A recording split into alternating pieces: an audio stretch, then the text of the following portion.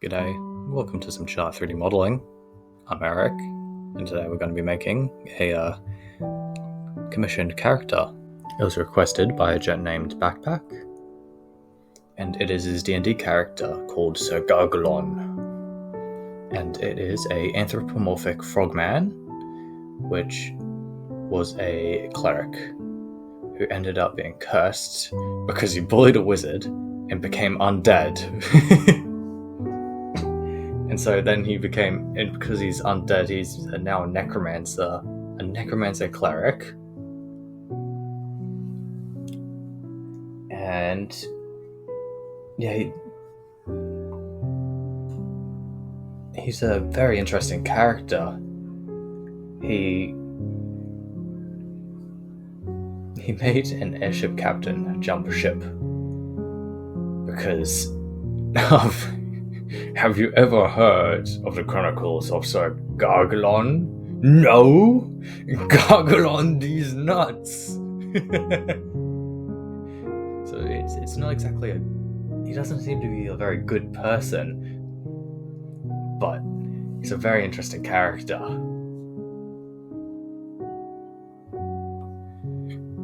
I made this over the course of an entire week, I believe, since it was a very complicated character to make.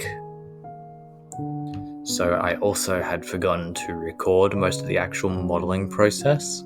I have this little section where I remembered, I should probably record some of this, and have made the character's head.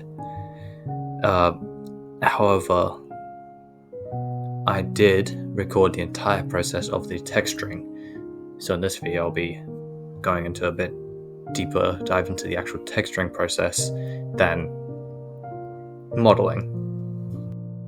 Before I start talking too much about the texturing, I did want to mention that you could probably see in that previous little clip there that I was basing it off of a sculpt.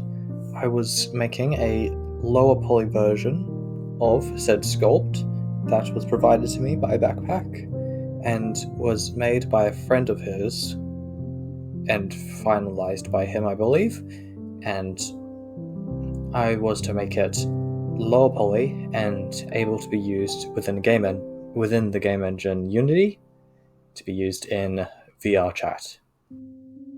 As I've said in many previous videos, I like to use Substance Painter for the texturing. It's very good for very high quality textures. However, like anything that is high quality textures, it takes a lot of time. So this time lapse has been shortened from an hour and a half of straight texturing. Some of it has been cut out because and some of it was cut out because of having to take breaks. Don't want to be straight texturing for an hour and a half. Substance Painter works the same as similar Adobe products like Photoshop, and it has a layer system where each of the layers will it works so each layer goes on top of the other and can affect it based on how you set each layer. So it can override, it can multiply, it can add to the various layers underneath it. And this all comes together to make very interesting and unique textures. Like you can have a wood texture. The first layer will be the base color. The next layer will add maybe a bump map to add unique data to the texture to tell game engines and 3D engines how to light a particular face so that it looks like it's more detailed than it actually is. And you keep adding on top of it, adding more and more layers, creating more and more intricate textures.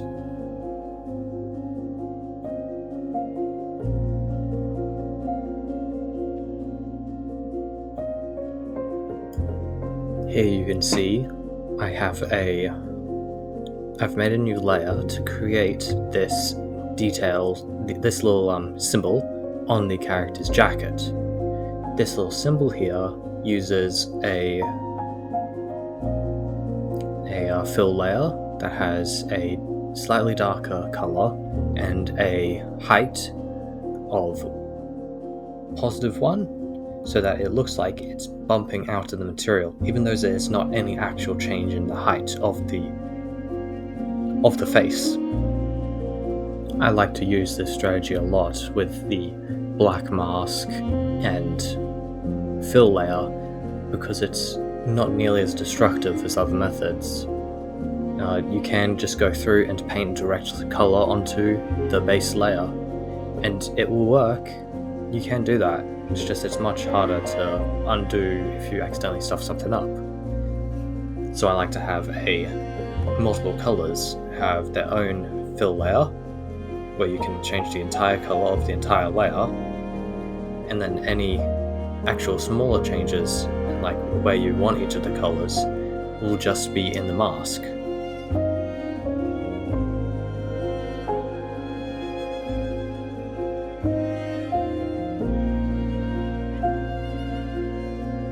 The fish is very simple.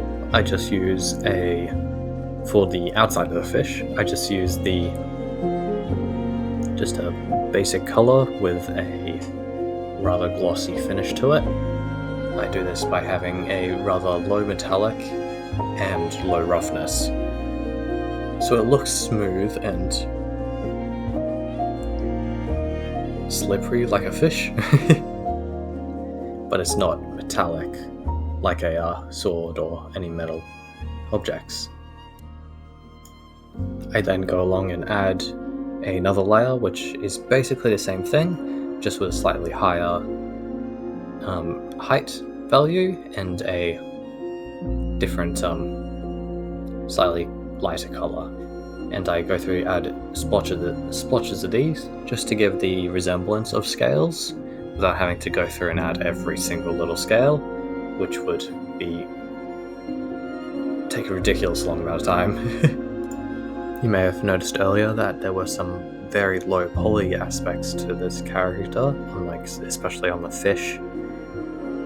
And that is because I will use the texture and have transparent sections on those, so you don't actually see the edges of the low poly parts of it. They're just there to hold the texture and make it look like there's more than there actually is. Similar to the leaves I made in the early tree video, the entire leaf themselves only had like 5 polygons on there, and that was just there to bring together the general shape of it. The texture itself makes it look like a leaf, or a branch, or in this case, fins. Now, I bring it all together for the final render.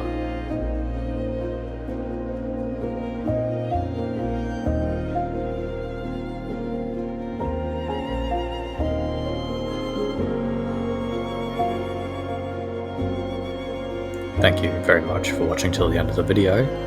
This model will not be getting put up onto Sketchfab. Well, it will not be getting put up to be downloaded on Sketchfab, as it is a commissioned piece, and I'll let them decide what they want to do with it. But thank you very much for watching till the end of the video. It means a lot to me. Feel free to like, subscribe, all that stuff. Even write a comment that tell me what I should make next. Have a good rest of your night.